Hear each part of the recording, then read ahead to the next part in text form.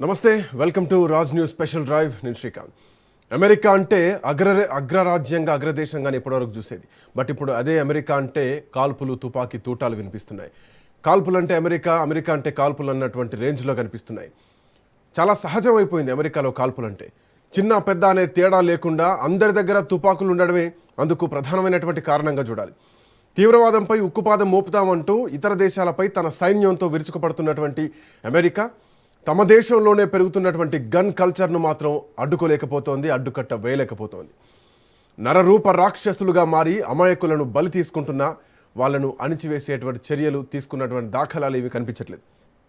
ఇక ఈరోజు తెల్లవారుజామున ఒక బిగ్ బ్రేకింగ్ న్యూస్ అనే చెప్పాలి. వైట్ హౌస్ సమీపంలో జరిగినటువంటి కాల్పుల ఘటన అంతర్జాతీయంగా తీవ్ర కలకలం రేపింది. 17వ స్ట్రీట్లో పెన్సిల్వేనియాలో అవెన్యూ భద్రతా చెక్ పాయింట్ దగ్గరకు వచ్చినటువంటి ఓ గుర్తు తెలియని వ్యక్తి ఒక్కసారిగా తన బ్యాగ్లోంచి తుపాకీ తీసి సీక్రెట్ సర్వీస్ అధికారులపై ఏకంగా 20 నుంచి 30 రౌండ్ల కాల్పులు జరిపాడు. తక్షణమే అప్రమత్తమైంది భద్రతా సిబ్బంది. వెంటనే ఎదురు కాల్పులు జరిపారు. నిందితుడిది తుపాకీతో పాటు కాల్చి పాడేశారు.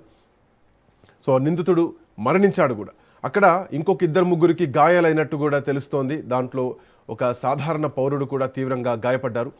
సో ఈ అన్ని అంశాలు ఇట్లా ఉంటే కనుక గతంలో అమెరికా అధ్యక్షులపైన ఇప్పటికీ 4 సార్లు కాల్పులు జరిగాయి.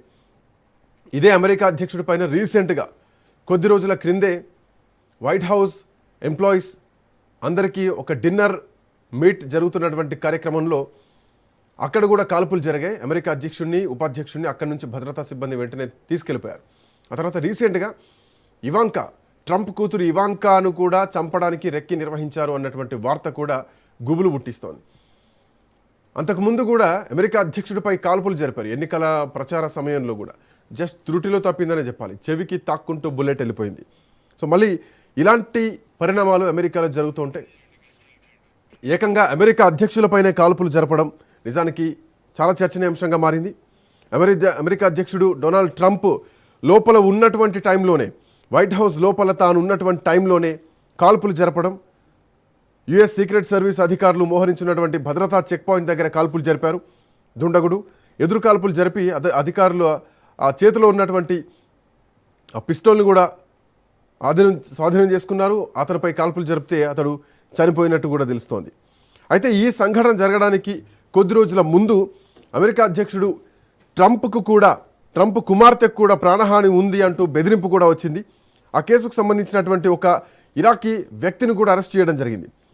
అతనికి ఇరాన్ సైన్యంతో సంబంధాలు ఉన్నాయన్నటువంటి విషయం కూడా తేలింది. సో ఇట్లా నేపథ్యంలో అనుమానితుడి దగ్గర ఇవాంకాకు సంబంధించితో పాటు ఆమె భర్త జారెడ్ కుష్నల్ వాళ్ళ ఇంటికి సంబంధించినటువంటి, అంటే ఫ్లోరిడాలో ఉన్నటువంటి ఇంటికి సంబంధించినటువంటి బ్లూ ప్రింట్ కూడా దొరికాయి.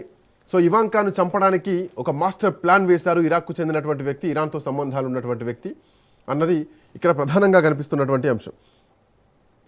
అయితే ఈ అధ్యక్షులపై కాల్పులు జరపడం, ఏకంగా వైట్ హౌస్ పైనే కాల్పులు జరుపుతున్నటువంటి నేపథ్యంలో వైట్ హౌస్కు భద్రత లేదా? ఇక అధ్యక్షులకే భద్రత లేకపోతే సామాన్య ప్రజల పరిస్థితి ఏమిటి?